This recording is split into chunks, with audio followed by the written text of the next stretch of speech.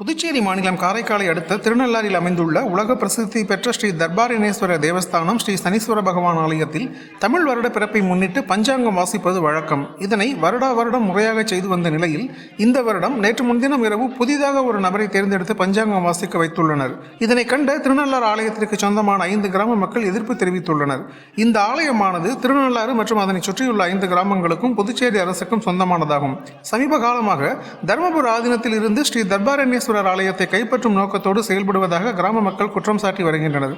இது தொடர்பாக உயர்நீதிமன்றத்தில் வழக்கு நிலுவையில் உள்ளதாகவும், தர்மபுரம் ஆதீனம் சார்பாக இங்கு நியமிக்கப்பட்டுள்ள கந்தசாமி தம்பரானுக்கு உடல்நிலை சரியில்லாததால் அவருக்கு உதவியாளராக சட்டநாதன் என்பவர் நியமிக்கப்பட்டு ஆலயத்தை கண்காணித்து வருவதாகவும், நேற்று முன்தினம் நடந்த பஞ்சாங்க வாசிப்பு நிகழ்வில் அவர் தகாத வார்த்தைகளை பயன்படுத்தியும் தகாத முறையில் நடந்து கொண்டும் அராஜகத்தில் ஈடுபட்டதாக சமூக வலைதளங்களில் வீடியோ ஒன்று வைரலாகி வருகிறது.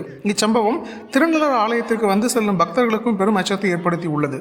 இது சம்பந்தமாக இந்து சமய அறநிலையத்துறை மற்றும் மாவட்ட ஆட்சியரிடம் மனு கொடுத்துள்ளதாகவும், வரம்பு மீறிய ஆதீன பொறுப்பாளர் சட்டநாதன் மீது வழக்கு பதிவு செய்ய வேண்டும் எனவும், உடனடியாக அவரை ஆலயத்தை விட்டு வெளியேற்ற வேண்டும் எனவும், இது தொடர்பாக உரிய நடவடிக்கை எடுக்கவில்லை என்றால் 5 கிராம மக்களை திரட்டி பெரும் போராட்டத்தில் ஈடுபடப் போவதாகவும் சட்டமன்ற உறுப்பினர் சிவா தெரிவித்துள்ளார். அவர் மேல் நடவடிக்கை கோரி இன்னைக்கு காவல் மாவட்ட ஆட்சியர் இடத்துல ஒரு புகார் கொடுத்துருக்கோம். அவரை உடனடியாக அவர் மேலே வழக்கு பதிவு பண்ணணும், அவரை கோயிலிருந்து வெளியேற்ற வேண்டும் என்ற ஒரு கோரிக்கையை முன் வச்சிருக்கோம். கண்டிப்பாக பரிசீலனை செய்யணும்னு சொல்லியிருக்காங்க. ஒரு காலத்திலேயும் திருநள்ளாறு கோயில் என்னைக்குமே புதுச்சேரி அரசாங்கத்துக்கும் திருநள்ளாறு கிராமத்துக்கும் 5 கிராமத்துக்கும் சொந்தமான கோயில் தான். அது ஒரு காலத்திலும் விடமாட்டோம். இது உடனடியாக உரிய நடவடிக்கை எடுக்கவில்லை என்றால் மக்களை திரட்டி மிகப்பெரிய போராட்டம் நடத்துவதற்கு முடிவெடுத்திருக்கின்றோம். நிச்சயமாக நடக்கும்.